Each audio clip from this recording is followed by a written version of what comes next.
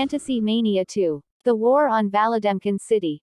Chapter 43. Her eyes opened. She began to look around her, but could only see a bright white light. She noticed that her legs and arms were restricted onto some kind of bed. Bloodcry had no idea where she was. She then tried to use her powers but for some reason wasn't able to. She yelled out, "Where am I? What do you want with me?" She didn't see anyone else in the room with her but noticed a camera in the corner of the room. Soon the sound of the door had unlocked from the outside. She looked to her left and saw it open. An older man wearing a very expressive suit with gray hair had came inside. She asked why she was there and who he was. He smiled and didn't speak right away. He walked around her for a moment to observe her. He then said, "You definitely aren't from around here, are you?" She didn't answer. He then said, "You do realize you had made one of the biggest mistakes you'll probably ever make in your life. You do understand that, don't you?" She was tired of listening to him and asked once again, why was she there? He then told her not to worry.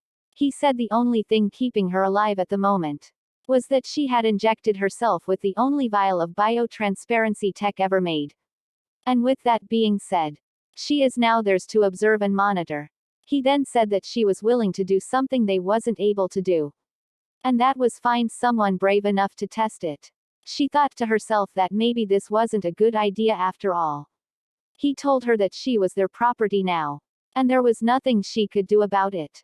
She looked at him and tried to spit at him, but missed. "Calm down. Just think. We could have killed you because you killed many of our men. But like I said, you pretty much saved your own life." Soon this older man opened the door and left. She wasn't sure how she would get out of here, but knew there had to be a way. But back on Earth, Rainopolis and what was left of his people had returned to Waterfall City.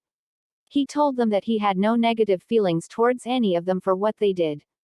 He said all you were doing was doing what his father had hyped them up for. Rainopolis said that they had to make a very difficult decision. "I know it was in the moment, but just couldn't take it anymore." He then told them that killing innocent lives was not who they are. Not anymore. Zibalio wanted to take over Valademkin City, so let him have it. But as for the cries, we will remain who we have always been. And that's a peaceful civilization. Soon the others were understanding his words and began to feel bad for doing what they did. It was too late to change their actions, but knew it was something to learn from for the future. To be continued.